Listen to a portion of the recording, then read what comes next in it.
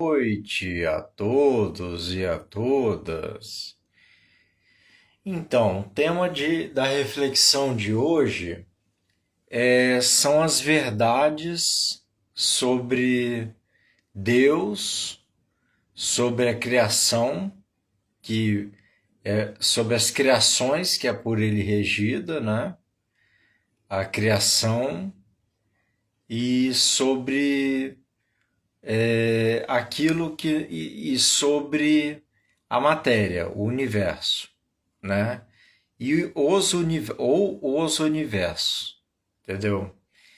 Então, há 2.500 anos atrás, Siddhartha Gautama, ele que era um seguidor da religião hindu, né?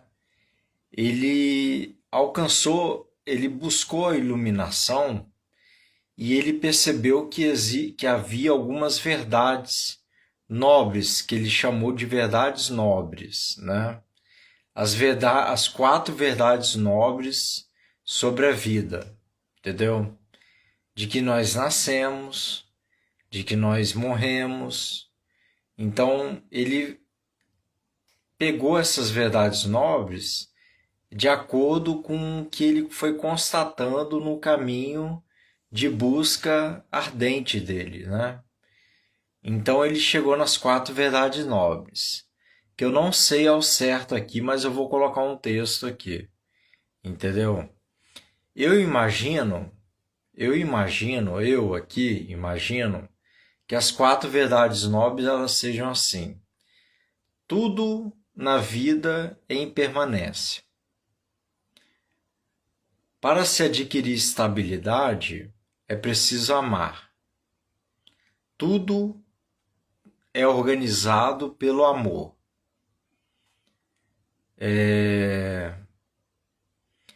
O sofrimento tem que cessar. Tudo que tem sofrimentos tem causa. E tudo que tem causa tem que cessar. Tem forma de cessação. Então há a possibilidade de cessar o sofrimento. Entendeu? Então é mais ou menos isso que eu entendi das quatro nove verdades, que é basicamente a tábua dos 10 mandamentos de Moisés, entendeu? Só que de Siddhartha, entendeu? Então Sócrates também vai fazer algo parecido e Jesus também vai fazer algo parecido, né? Não vim destruir a lei, lembra-se, né? Não vim destruir a lei. Então, algumas verdades que eu tenho constatado na minha vida são verdades que diz respeito ao Criador, ao que nós imaginamos ser o Criador, ao que nós refletimos de nós mesmos ser o Criador, à criação e ao universo, ou universos, né? Então, eu tomo como base a codificação espírita, as tradições milenares, a filosofia e a ciência, né? Então, e os princípios, né? Então, a verdade é que há um Deus supremo, entendeu? Há um ser superior que organiza tudo no universo. Ele organiza, ele no dizer de Pietro Baldi, há um monismo, entendeu? É como se Deus ele fosse se entranhando na criação a partir do momento que ela é revelada. Ele fosse se entranhando e nós chegássemos a ele, entendeu? Então, primeiramente, nós começamos afastados de Deus. Depois nós vamos nos aproximando e comungando com Deus, né? E nesses mundos de comungação com Deus, é o reino de Deus, entendeu? Então, o reino de Deus é os mundos dos Cristos, mas também é o mundo dos vermes, entendeu? Porque o mesmo verme que rasteja ele tem um anjo, o amor de Deus, ele é para o verme e é para o anjo tutelar desse verme, entendeu? Então, o monismo significa, a meu ver, eu não sei se é bem isso, né? O monismo significa, ao meu ver, é Deus se aproximando da humanidade, entendeu? Porque começou com os 10 mandamentos, então era um Deus afetuoso, depois veio na forma de Moisés, depois veio na forma de Jesus, né? E dizendo que o verbo e o princípio era o verbo e o verbo se fez carne, entendeu? Dizendo que o representante de Deus aqui na Terra havia se encarnado, entendeu? Então ele havia já penetrado nos domínios do inconsciente coletivo dessa humanidade, entendeu? E a cada vez mais ele vai se aprofundando no universo. Mas ele já é, entendeu? Ele já é. Ele já está lá no fundo e já está lá na superfície, entendeu? Então Deus já é. Só que fora da criação, se a gente for pensar dentro e fora da criação, o que é Deus? Que é Deus, né? Deus é aquele supra-sumo, é o sumo sacerdote do universo. É o Criador, entendeu? É o incriado. É aquilo que não tem criador, entendeu? Não tem criador, é o incriado. E como que ele governa o universo? Pela alma do universo, pelo perisperma do universo, que é o amor, que são os fluidos desde as quintessências até o princípio material que já dá margem ao fluido cósmico universal, que é aquele fluido que permeia o universo. Entendeu? Então, se a gente for pegar o universo como a casca desse abacate, nós temos Deus como o Criador, o suprassumo do universo, o Criador, de um ou de infinitos universos. Nós temos. Ele é eterno, ele é de todo eterno, ele é de todo insondável, ele é de todo imutável. Entendeu? Ele é o Todo-Poderoso, soberanamente justo e bom, Pai de todos os pais, entendeu? Mãe de todas as mães. Então por meio dele, nós existimos como criaturas. Por isso que Buda chamava por isso que tem uma regra no budismo, que tudo que está na criação é imperfeito. Nós sofremos a lei da imperfeição. Nem Jesus era perfeito, entendeu? Porque só Deus é o suprassumo da perfeição na criação, no panteão da criação, entendeu? Jesus era como se fosse o sumo sacerdote da humanidade terrestre e de outras humanidades e da criação do planeta Terra. Mas Deus é o suprassumo, onisciente, onipotente, tudo, entendeu? Tudo infinitamente grande, justo e belo. E ele se comunica com o universo por meio do amor. O universo, o princípio de comunicação de Deus é por meio das quintessências da semimatéria, do imaterial para a semimatéria e da semimatéria para o princípio material e do princípio material para o fluido cósmico e do fluido cósmico para todo o universo, para todos os elementos do universo. Então ele se comunica com todos os elementos da criação por meio do amor. E quanto mais quintessenciado é esse amor, maior o nível de organização e sutileza que há nesse universo. Entendeu? Então, falarmos sobre o amor é a maior das verdades. Quando Jesus disse, eu sou o caminho, a verdade e a vida, ele falou assim, ele é o caminho para Deus, ele é a verdade, porque ele é um amor, ele resume toda a verdade das 9 verdades, das leis de Moisés, das leis de Sócrates, das leis de Zoroastro, de tudo que a humanidade pode pensar em verdade, ele resumiu nele, entendeu? Em todo o exemplo de vida dele, no evangelho dele, entendeu? Que foi traçado desde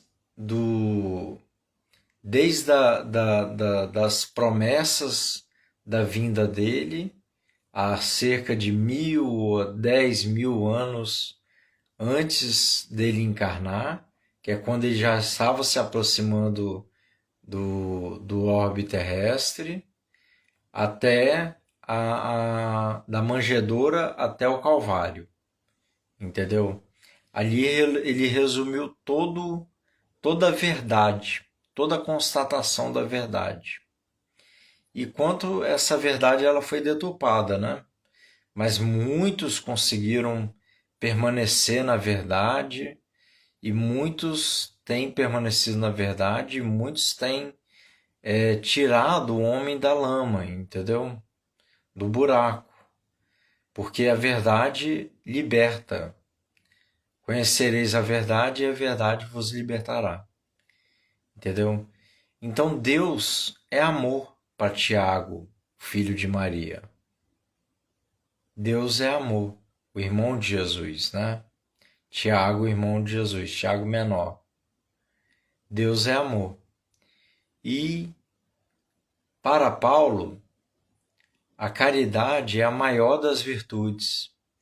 E imagino que uma das 9 verdades vai falar: o amor é a força mantenedora da criação. Ela é organizadora da criação, o amor, entendeu? Porque o amor ele vem direto de Deus e ele ressoa direto no espírito. E quanto mais próximos de Deus nós estivermos, em espírito, maior a nossa ressonância de amor, entendeu? Então até o bóson de Higgs, ele obedece às leis do amor, entendeu?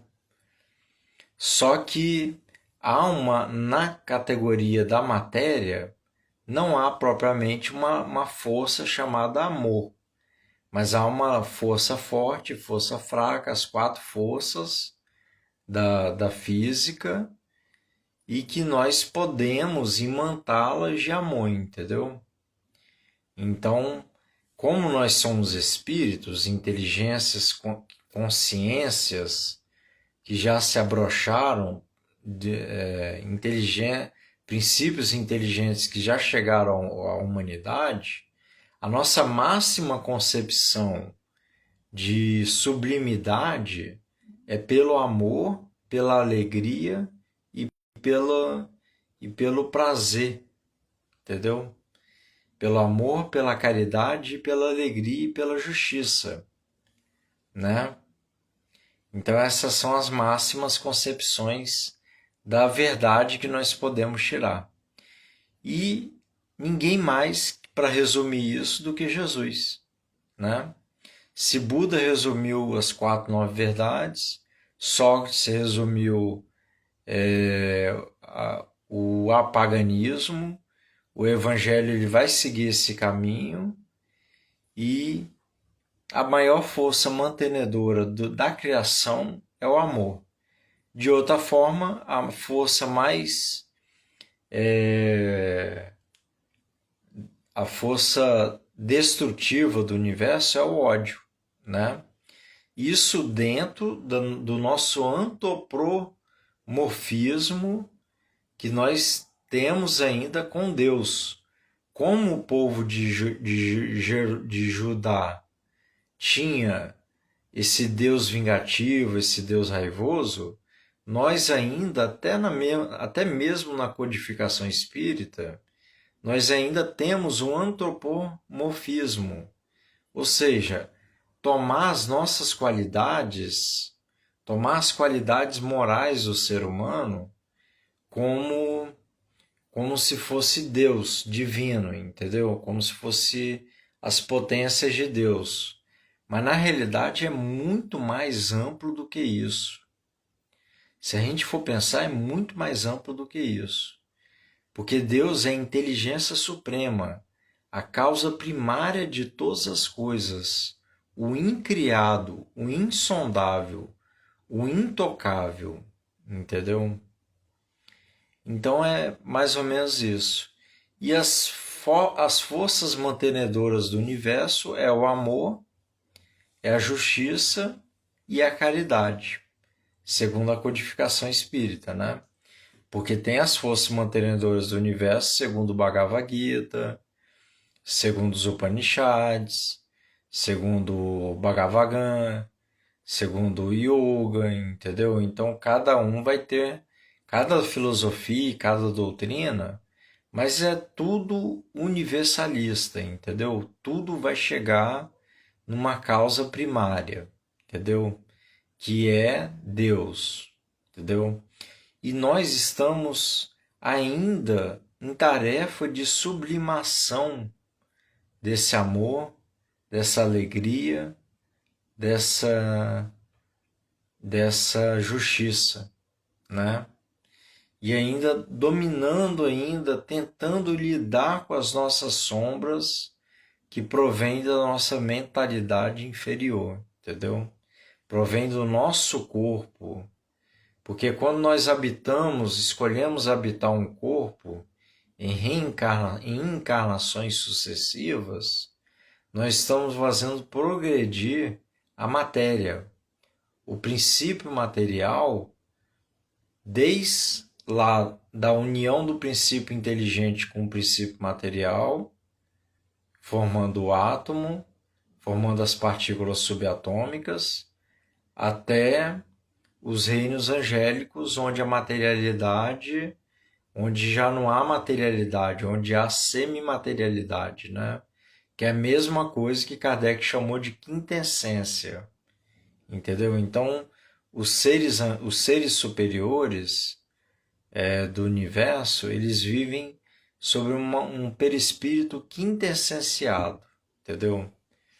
E nós também, né? Só que com resquícios da materialidade. Esses resquícios, até nós nos expurgarmos disso, nós passaremos pelo umbral, por essas regiões e ficaremos até expurgar tudo. É igual uma lavadeira vai perto de uma cachoeira lavar suas roupas, entendeu? Aquelas lavadeiras. Então é mais ou menos isso. Então deixo para vocês esse conhecimento, essa constatação da minha realidade, das verdades que eu trago. E é isso aí. Muito obrigado.